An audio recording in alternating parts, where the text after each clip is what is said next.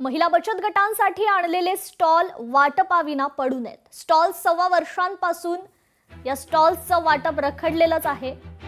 महिला बचत गटांना स्टॉलचं वाटप का केलं जात नाही? महिला बचत गटांनी हा सवाल उपस्थित करत संताप व्यक्त केलाय।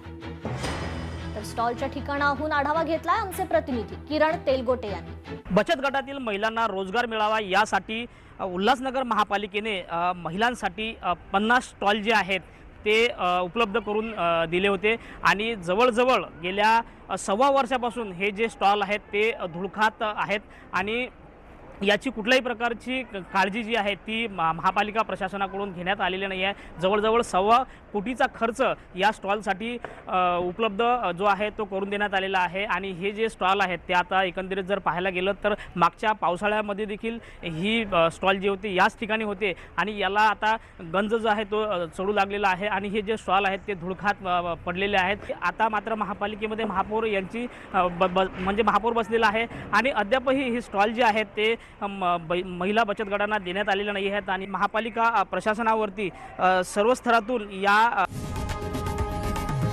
लोकशाही मराठी ऐका, पहा, जागरूक रहा।